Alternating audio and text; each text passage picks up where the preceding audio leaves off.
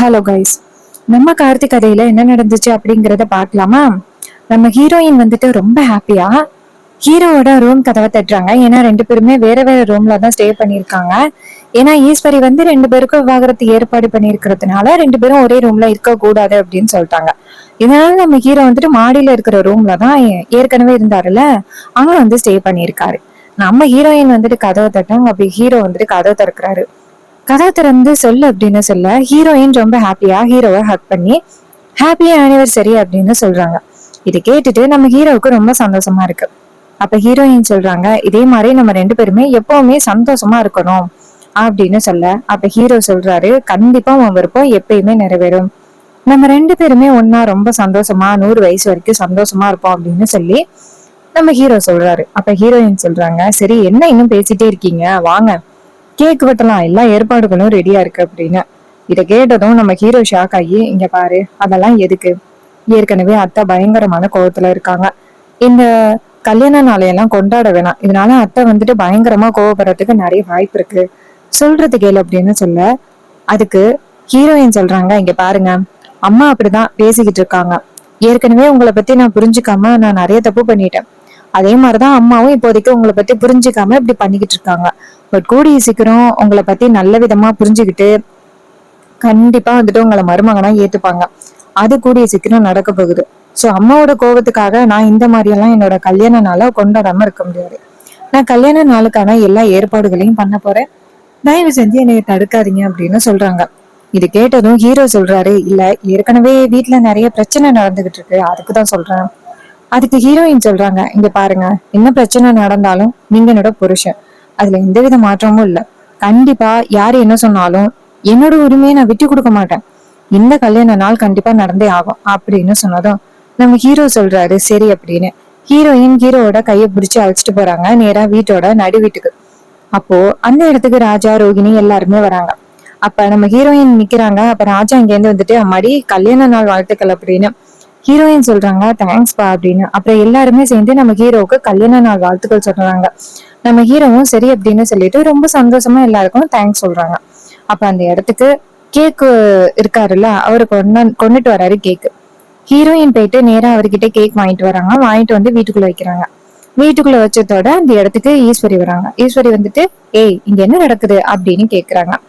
அப்ப ராஜா சொல்றாரு, ஈஸ்வரி இன்னைக்கு நம்ம பொண்ணுக்கு கல்யாண நாள், அவளுக்கு நீ வாழ்த்து சொல்ல மாட்டியா அப்படின்னு. அப்ப வில்லி சொல்றாங்க, அது கிடக்குது போ, ரெண்டு பேருக்கும் வந்து விவாகரத்து ஏற்பாடுகள் நடந்துகிட்டு இருக்கு, இது எதன் கல்யாண நாளெல்லாம் என்ன அவசியமா அப்படின்னு. அப்ப ஹீரோ சொல்றாரு, இங்க பாருங்க. அப்ப ராஜா சொல்றாரு, இங்க பாரு சந்திரா, உனக்கு இந்த கல்யாண நாள் பத்தி எல்லாம் எதுவும் தெரியாது, அதனாலதான் நீ இப்படி பேசுற, என் பொண்ணு எந்த அளவுக்கு மாப்பிள்ள மேல பிரியமா இருக்கா அப்படிங்கறது எங்களுக்கு தெரியும், அவ வந்து இந்த கல்யாண நாளை ரொம்ப நல்லபடியா கொண்டாடணும் அப்படின்னு ஆசைப்பட்டு இந்த ஏற்பாடுகள் எல்லாத்தையும் பண்ணி வச்சிருக்கா, நீ தேவையில்லாம வந்துட்டு எதுவும் பேசாத அப்படின்னு சொல்ல. சோ இதை கேட்டதும் அந்த ஈஸ்வரி சொல்றாங்க, சந்திரா என்ன தப்பா சொன்னா, இவளுக்கு வந்து விவாகரத்துக்கான ஏற்பாடுகள் நடந்துகிட்டு இருக்கு, இன்னும் கொஞ்ச நாள்ல இவ அந்த டிரைவர் பையிட்ட இருந்து பிரிய போறா, இந்த கல்யாண நாளெல்லாம் என்ன அவசியமா அப்படின்னு கேக்குறாங்க. அப்ப ஹீரோயின் சொல்றாங்க, அம்மா இங்க பாருங்க, அது முழுக்க முழுக்க உங்களோட ஒரு ஒப்பீனியன் தான், நான் இதுக்கு வந்துட்டு எதுக்காக சரி சொன்னேன் அப்படின்னு உங்களுக்கு நல்லாவே தெரியும், அன்னைக்கு என் புருஷன் ரொம்ப பெரிய ஆபத்துல சிக்கியிருந்தாரு, அவரை எப்படியாவது வெளியில கொண்டுட்டு வரணும் அப்படிங்கிற ஒரு நோக்கத்துக்காக மட்டும்தான் நான் வந்துட்டு நீங்க சொல்றதுக்கு சரின்னு சொன்னேன், அந்த விவாகரத்துக்கு சரின்னு சொன்னேன், ஆனா நீங்க வந்துட்டு இந்த மாதிரி தேவையில்லாம வந்துட்டு அவரை வந்து என்கிட்ட இருந்து பிரிக்கணும் அப்படின்னு நினைக்காதீங்க, இந்த கல்யாண நாள் மட்டும் இல்ல, இன்னும் நிறைய கல்யாண நாள் நாங்க கொண்டாட போறோம், நாங்க ரெண்டு பேருமே ரொம்ப சந்தோஷமா ஜோடியா வாழ போறோம், அதை நீங்க பார்க்கதான் போறீங்க, இந்த மாதிரி மறுபடியும் எங்க ரெண்டு பேரையும் பிரிக்கணும் அப்படின்னு நினைச்சீங்கன்னா அவ்வளவுதான். அப்ப ஈஸ்வரி சொல்றாங்க, உனக்கு என்ன அவ்வளவு தைரியம் ஆயிருச்சா அப்படின்னு. அப்ப ஹீரோயின் சொல்றாங்க, அம்மா இது என்னோட தனிப்பட்ட வாழ்க்கைமா, என்னோட இந்த தனிப்பட்ட வாழ்க்கையில நீங்க தயவு செஞ்சு தலையிடாதீங்க, நான் இவர் கூட ரொம்ப சந்தோஷமா வாழ்ந்துகிட்டு இருக்கேன், என்னோட லைஃபுக்கு எடுக்காதீங்க அப்படின்னு. இது கேட்டதும் ஈஸ்வரிக்கு செம்ம காண்டாகுது. வில்லி நேரம் அவங்க அக்காவை பார்த்து, அக்கா நான் தான் அப்பவே சொன்னேனே உன் பொண்ணு வந்துட்டு மாறி ரொம்ப நாளா ஆகுது, இனிமே நீ என்ன சொன்னாலும் உன் பொண்ணு மாறதுக்கு வாய்ப்பே கிடையாது, வா போகலாம் அப்படின்னு சொன்னதும் ரொம்ப ஷாக் ஆகுறாங்க ஈஸ்வரி. அப்ப நம்ம ஹீரோயின் என்ன பண்றாங்கன்னா, அந்த இடத்துல இருந்து அவங்க அம்மா கிட்ட, அம்மா கிளம்புங்க அம்மா உங்களுக்கு பிடிக்கலன்னா அப்படின்னு சொன்னதும் ஈஸ்வரி கோவமா அந்த இடத்துல இருந்து நேரா மாடிக்கு போறாங்க. அங்க போனதும் வில்லி சொல்றாங்க, பாத்தியாக்கா உன்னோட பெத்த பொண்ணு அவ அந்த டிரைவரோட பேச்சு கேட்டுக்கிட்டு என்னோட தனிப்பட்ட வாழ்க்கையில தலையிடாத அப்படின்னு சொல்றா, சின்ன வயசுல இருந்தே எவ்வளவு கஷ்டப்பட்டு தூக்கி வளர்த்தா அவளுகளை. ஆனா அவ எப்படி பேசுறா பத்தியா? அதுக்கு ஈஸ்வரி சொல்றாங்க, இரு சந்திரா, இன்னும் கொஞ்ச நாள் தானே விவாகரத்துக்கான பேப்பர்ஸ் வந்துரும். வந்த பிறகு அவ கண்டிப்பா வந்துட்டு இந்த விவாகரத்து பேப்பர்ஸ்ல கையெழுத்து போட்டுதானே ஆகணும் அப்படின்னு சொல்ல, அதுக்கு வில்லி சொல்றாங்க, ஆமாக்கா அப்படின்ட்டு. அப்புறமா நம்ம ராஜா சொல்றாரு, பாத்தியா மாப்பிள எப்படி அவ பேசுறது அப்படின்னு. அந்த அளவுக்கு என் பொண்ணுங்க எல்லாருமே ஈஸ்வரி மேல பாசமா இருக்காங்க. என் பொண்ணு ரோகிணி தான் அம்மாவுக்காக குழந்தையே வேண்டாம் அப்படின்னு முடிவு பண்ணா. என் பொண்ணு அவ விருப்பத்துக்காக உங்களையே விவாகரத்து பண்ணணும் அப்படிங்கிற முடிவுக்கே வந்தா. இது மாதிரி ஒவ்வொருத்தரும் அந்த அளவுக்கு ஈஸ்வரி மேல பாசமா இருக்காங்க. ஆனா அவ கொஞ்சம் கூட புரிஞ்சுக்காம இப்படி எடுத்தெறிஞ்சு பேசுறா. அதுக்கு மயிலு சொல்றாரு, மாமா இது எல்லாத்துக்கும் காரணம் சின்னத்தான். அவங்கதான் தேவையில்லாம பெரியத்த கிட்ட சொல்லி கொடுத்து இப்படியெல்லாம் பண்ணிக்கிட்டு இருக்காங்க. இல்லைன்னா பெரியத்த கொஞ்சமாவது யோசிப்பாங்க. ஒருவேளை பெரியத்த நல்லபடியா திருந்தி வரணும் அப்படின்னு நினைச்சாலுமே சின்னத்தை ஏதாவது சொல்லி பிரச்சனை உண்டாக்கி மறுபடியும் அவங்க இந்த பிரச்சனையில குளிர்காயிறாங்க. இதை கேட்டதும் ராஜா சொல்றாரு, இங்க பாருங்க சின்ன மாப்பிள்ள, இன்னும் எத்தனை நாள் அந்த சந்திராவோட தொந்தரவு இங்க இருக்குமோ என்னமோ தெரியல. சீக்கிரம் அவளை வீட்டை விட்டு துரத்தி அடிங்க. அப்பதான் நம்ம குடும்பத்துல உள்ள எல்லாருமே ரொம்ப சந்தோஷமா இருக்க முடியும், நிம்மதியாவும் இருக்க முடியும். மாப்பிள்ள நீங்கதான் மாப்பிள்ள அதுக்கான ஏதாவது ஏற்பாடுகளை பண்ணணும். அவ ஹீரோ சொல்றாரு, இங்க பாருங்க மாமா, அதெல்லாம் சீக்கிரம் நடக்குமாமா அப்படின்னு சொல்ல, அப்போ நம்ம மயிலு சொல்றாரு, சரி சரி, அவங்க பாட்டுக்கும் பேசிட்டு போயிட்டாங்க. சோ அவங்களுக்கு இதுல கலந்துக்கிட விருப்பம் இல்ல. ஆனா எங்க எல்லாருக்கும் விருப்பமா இருக்கு. கேக்க பாக்குறதுக்கே ரொம்ப ஆசையா இருக்கு. வாங்க கேக் விட்டோம் அப்படின்னு சொல்ல, ஹீரோயின் சொல்றாங்க, ஆமா வாங்க அப்படின்ட்டு கேக் எல்லாம் எடுத்து வச்சுட்டு கேக் வெட்டுறாங்க. ஹாப்பி வெட்டிங் அனிவர்சரி அப்படின்னு சொல்லிட்டு மாத்தி மாத்தி கேக் ஊட்டிக்கிறாங்க. அதுக்கப்புறமா ஹீரோயின் அவங்க அப்பா அக்கா அவங்க மாமா எல்லாருக்கும் கேக் கொடுக்குறாங்க. அப்ப நம்ம ஹீரோயின் நினைக்கிறாங்க, சோ எப்படியாவது வந்துட்டு இவருக்கு நம்ம பைக்கோ கொண்டாந்து கொடுக்கணும், இவருக்கு சர்ப்ரைஸா தான் கொண்டாந்து கொடுக்கணும், அதுக்கு என்ன பிளான் பண்ணலாம் அப்படின்னு ஹீரோயின் யோசிக்கிறாங்க. அப்போ நேரா எல்லாரும் நம்ம ஹீரோவும் ஹீரோயினும் ரூமுக்கு போறாங்க. அங்க போனதும் நம்ம ஹீரோ சொல்றாரு, இப்ப ஏன் இப்படி கோவப்படுற? ஹீரோயின் சொல்றாங்க, அம்மாவை பாத்தீங்களா, இந்த குடும்பத்துக்காக நீங்க எவ்வளவு நல்லது பண்ணிருக்கீங்க. ஆனா அது எல்லாத்தையுமே மறந்துட்டு அம்மா உங்க மேல இப்படி கோவப்படுறது எனக்கு கொஞ்சம் கூட பிடிக்கவே இல்லை. அதுக்கு ஹீரோ சொல்றாரு, இங்க பாரு, இது எதுவுமே வந்துட்டு அத்தையோட முழு மனசார யோசிக்கிறது கிடையாது. அவங்க எதுக்காக இப்படி பண்றாங்க அப்படிங்கறதும் எனக்கு நல்லாவே தெரியும். பாட்டி மேல வந்துட்டு இப்போதைக்கு தப்பான ஒரு அபிப்பிராயத்தோட இருக்காங்க. அது எல்லாத்தையுமே சீக்கிரம் அவங்க வந்துட்டு மறப்பாங்க, அது சீக்கிரம் நடக்கும். சோ அது வரைக்கும் நீ கொஞ்சம் பொறுமையா இரு அப்படின்னு சொல்ல, அப்ப ஹீரோயின் சொல்றாங்க, எத்தனை நாள் நான் பொறுமையா இருக்கிறது, எனக்கு உங்க கூட சேர்ந்து வாழணும் அப்படின்னு ஆசையா இருக்கு. ஆனா எங்க அம்மா நம்ம ரெண்டு பேருமே எப்படியாவது பிரிச்சே ஆகணும் அப்படிங்கிற நோக்கத்துல இருக்காங்க. அதங்க எனக்கு ரொம்ப கவலையா இருக்கு. அதுக்கு ஹீரோ சொல்றாரு, இங்க பாரு, அதெல்லாம் வந்துட்டு நம்ம ரெண்டு பேருமே ரொம்ப சந்தோஷமா இருக்கலாம், நீ பொறுமையா மட்டும் இரு அப்படின்னு சொல்ல, ஹீரோயினும் சரிங்க அப்படின்னு சொல்றாங்க. அப்புறமா அந்த இடத்துக்கு வந்துட்டு ராஜா வராரு. ராஜா வந்துட்டு, மாப்பிள்ள ரேவதி சொல்றதுல என்ன தப்பு இருக்கு? ஏன் ஈஸ்வரி சுயமா யோசிக்க கூடாதா? தான் பொண்ணுங்க தன் மேல எவ்வளவு பாசம் வச்சிருக்காங்க அப்படின்னு அவ யோசிச்சு பார்க்க மாட்டாளா? தேவையில்லாம அவ தங்கச்சி பேச்சு கேட்டுக்கிட்டு இப்படி எல்லாம் பண்ணிக்கிட்டு இருக்காளே. அப்ப ஹீரோ சொல்றாரு, மாமா உங்களுக்கும் தெரியாத மாமா, அத்தை எந்த அளவுக்கு நல்லவங்க அப்படின்னு. நம்ம குடும்பத்துக்காக நிறைய நல்லது பண்ணிருக்காங்க, அவங்க அந்த அளவுக்கு கஷ்டப்பட்டு இருக்காங்க. சோ அவங்களோட அம்மா இறந்ததுக்கு காரணம் வந்துட்டு பாட்டி அப்படின்னு நினைச்சிட்டு இருக்காங்க. சோ அந்த எண்ணத்தை வந்துட்டு சீக்கிரம் நான் போக்கிட்டேன் அப்படின்னா சீக்கிரம் அத்தையும் வந்துட்டு என்ன மருமகனை ஏத்துப்பாங்க, ரேவதியையும் கூட சேர்ந்து வாழ வைப்பாங்க.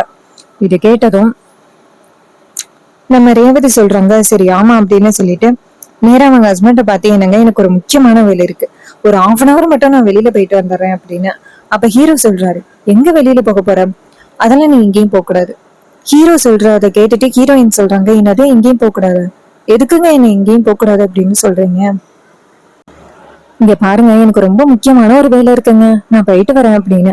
அப்ப ஹீரோ சொல்றாரு, இங்க பாரு, என்ன முக்கியமான வேலையா இருந்தாலும் நீ எங்கேயும் போக வேணாம், கொஞ்ச நாள் மட்டும் நான் சொல்றது கேட்டுக்கிட்டே இரு. அப்ப ஹீரோயின் சொல்றாங்க, இல்லங்க நான் சொல்றது கேளுங்க. அப்ப ஹீரோ சொல்றாரு, ஏய் நான் ஒரு தடவை சொன்னா கேட்க மாட்டியா, சப்ல உட்காந்துரு அப்படின்னு சொல்லிட்டு ஹீரோ அந்த இடத்துல இருந்து போறாங்க. ஹீரோயின் வந்துட்டுச்சா, என்ன இது இவர் எங்கேயுமே விட மாட்டேங்கிறாரு, சரி நம்ம எப்படியாவது போயிட்டு அந்த பைக்கு கொண்டுட்டு வந்து இவருக்கு சர்ப்ரைஸ் கொடுக்கணுமே. சோ இப்ப என்ன பண்றது அப்படின்ட்டு நம்ம ஹீரோயின் என்ன பண்றாங்கன்னா, சரி அக்காட்ட இதை பத்தி கேட்டு பார்ப்போம், அன்னைக்கு அவதானே என்ன வெளியில அனுப்பிட்டு சமாளிச்சா, அதே மாதிரி மறுபடியும் என்ன சமாளிக்கிறாளா அப்படின்னு பாக்கலாம் அப்படின்னு ஹீரோயின் வந்துட்டு நேரா அவங்க அக்கா கிட்ட போறாங்க. ரோஹிணி நேரா ரேவதிய பார்த்து, வாடி அப்படின்னு சொல்ல, ஹீரோயின் சொல்றாங்க, அக்கா கொஞ்ச நேரத்துக்கு முன்னாடி பைக் கம்பெனில இருந்து போன் பண்ணாங்க அக்கா, அந்த பைக்ல நிறைய வந்துட்டு சேஞ்ச் பண்ண சொல்லியிருந்தேன், ஸோ அதெல்லாம் பண்ணிருக்காங்களா, கரெக்டா இருக்கா அப்படின்னு பாக்குறதுக்காக என்னை வந்துட்டு கூப்பிட்டுருக்காங்க. நான் போகணுக்கா. ஆனா அவர் என்னன்னா என்னை விடவே மாட்டேங்கிறாரு, எங்கேயும் போக கூடாது அப்படின்னு சொல்றாரு. அந்த பைக்கு போயிட்டு நான் பாத்துட்டு வரணுமேக்கா. அதுக்கு ரோகிணி சொல்றாங்க, இங்க பாருடி, அதான் அவர் சொல்லியிருக்காருல போக கூடாது அப்படின்னு. அவர் போக கூடாதுன்னு சொன்னா அதுக்கு பின்னாடி கண்டிப்பா ஏதாவது ஒரு காரணம் இருக்கும், அதனால சொல்றது கேளு. அப்ப ஹீரோயின் சொல்றாங்க, அக்கா ஒரு 1/2 hour போயிட்டு வர்றதுனால எதுவும் ஆகிர போகுது இல்ல, சொல்லுக்கா அப்படின்ட்டு. இதை கேட்டதும் ரோகிணி சொல்றாங்க, இங்க பாரு, அவர் வெளியில போக கூடாது அப்படின்னு சொல்லியிருக்காருன்னா அதுக்கு பின்னாடி ஏதாவது ஒரு காரணம் இருக்கும். அதுக்கு ரேவதி சொல்றாங்களா, அக்கா என்னக்கா இப்படி இருக்க, அன்னைக்கு நம்ம 2 பேரும் தானே அந்த இது வாங்கணும், பைக் வாங்கணும் அப்படின்னு பிளான் பண்ணோம், அது வரைக்கும் எனக்கு உதவி பண்ணிட்டு இப்படி பாதிலே என்னை கைட்டு விட்டா எப்படிக்கா. நீ பாரு, என் புருஷனுக்காக நான் பைக் வாங்கணும் அப்படின்னு ஆசைப்பட்டு இந்த பிளான் எல்லாம் பண்ணிக்கிட்டு இருக்கேன், அதுவும் சர்ப்ரைஸ் கொடுக்கணும் அப்படின்ட்டு. ஏன்க்கா சொல்றது கேளுக்கா அப்படின்ட்டு. உடனே ரோகிணி சொல்றாங்க, சரி நீ போ, ஆனா அவர்கிட்ட நான் எப்படி சமாளிக்கிறது. ஹீரோயின் சொல்றாங்க, அக்கா நான் வந்துட்டு தூங்குற மாதிரி தலகணி எல்லாம் எடுத்து வச்சுட்டு நான் போறேன், நீ என்ன பண்றேன்னா நான் தூங்கிட்டு இருக்கேன் அப்படின்னு சொல்லி எப்படியாவது சமாளிச்சிரு. உடனே ரோகிணி சொல்றாங்க, சரி ஆனா போயிட்டு சீக்கிரம் வர்றதுக்கான வழியை பாரு, ஒருவேளை நான் ரொம்ப நேரம் சமாளிக்க முடியல அப்படின்னா நான் உண்மையை சொல்லிடுவேன். அதுக்கு ஹீரோயின் சொல்றாங்க, சரிக்கா சரிக்கா நான் போயிட்டு வந்துடுறேன், நீ எப்படியாவது சமாளிக்கா அப்படின்னு சொல்ல, உடனே அவங்களும் சரிடி போயிட்டு வாடி அப்படின்னு சொல்ல ரேவதி அங்கிருந்து வீட்டை விட்டு வெளியில வராங்க. ரேவதி எப்போ வீட்டை விட்டு வெளியில வருவாங்க அப்படின்னா அந்த முருகனோட ஃப்ரெண்டும் காத்துக்கிட்டு இருக்காங்க, ஏன்னா நம்ம ஹீரோயினை காலி பண்றதுக்காக.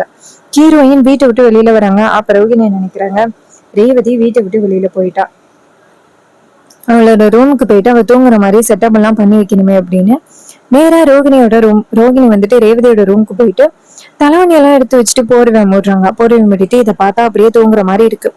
கொஞ்ச நேரம் மட்டும் எப்படியாவது கார்த்தியை சமாளிச்சா மட்டும் போதும், ரேவதி புருஷனுக்கு சூப்பரான ஒரு கிஃப்ட் கொடுக்கணும் அப்படின்னு ஆசைப்பட்டுக்கிட்டு இருக்கா. சோ எப்படியாவது நம்ம தான் நிறைவேற்றணும், இப்படியாவது ரேவதி வர வரைக்கும் சமாளிக்கணும் அப்படின்ட்டு ரோகிணி வந்து கதவை சாத்திட்டும் வெளியில வராங்க. அதே நேரம் ஹீரோ அந்த பக்கமா வராரு. அவரை பார்த்ததும் நம்ம ரோகிணிக்கு ஷாக் ஆகுது. இருந்தாலும் சரி நம்ம சிக்கக்கூடாது அப்படின்னு வச்சுட்டு ரோகிணி அந்த இடத்துல இருந்து போறாங்க. நம்ம ஹீரோ என்ன பண்றாருன்னா, ரேவதி வீட்டுலதான் இருப்பா, கண்டிப்பா நம்ம பேச்சை மீறி எங்கேயும் போக மாட்டா அப்படின்னு நினைச்சிட்டு அவர் இருக்காரு. இன்னொரு பக்கம் ஹீரோயின் வந்துட்டு வெளியில வந்துட்டு ஒரு ஆட்டோ எடுக்கிறாங்க. ஆட்டோ எடுத்துட்டு கிளம்புறாங்க.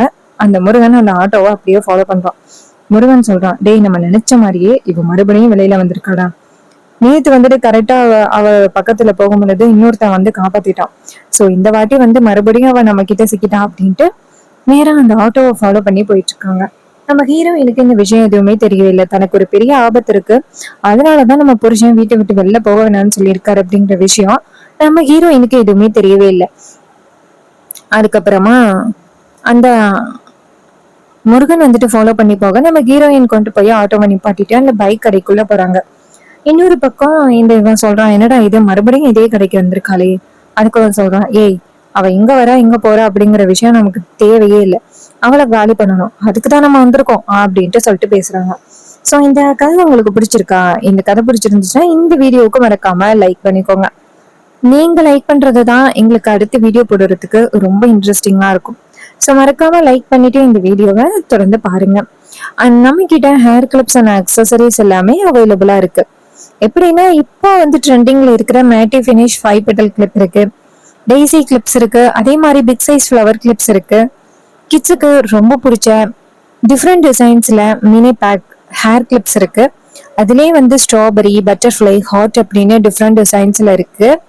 வீட்ல இருந்து பிசினஸ் பண்றீங்க அப்படின்னா உங்களுக்கு ஒரு காம்போ ஆஃபர் கொடுக்குறோம். ஜஸ்ட் 499க்கு 18 டிஃப்ரெண்ட் வெரைட்டிஸ்ல கிளிப்ஸும், மினி கிளிப்ஸ்ல ஒரு 10ம், சாட்டின் ஸ்பஞ்சிஸ்ல ஒரு 6, கிட்ஸுக்கு ரொம்ப பிடிச்ச பட்டர்ஃப்ளை பேக், இது எல்லாமே சேர்த்து ஃப்ரீ ஷிப்பிங்கோட 499க்கு உங்களுக்கு கொடுக்க போறோம். உங்களுக்கு வேணும் அப்படின்னா நீங்க ஆர்டர் பிளேஸ் பண்ணலாம். எப்படி ஆர்டர் பிளேஸ் பண்றது அப்படின்னு பாத்துக்கிட்டீங்கன்னா, கமெண்ட்ல நீங்க ஹாய் அப்படின்னு மெசேஜ் பண்ணீங்க அப்படின்னா இதை எப்படி பை பண்றது அப்படிங்கறத பத்தி நான் உங்ககிட்ட சொல்லுவேன். சோ இதே மாதிரி வேற ஏதாவது ஒரு கதையில பார்ப்போம். தேங்க்யூ ஃபார் வாட்சிங்.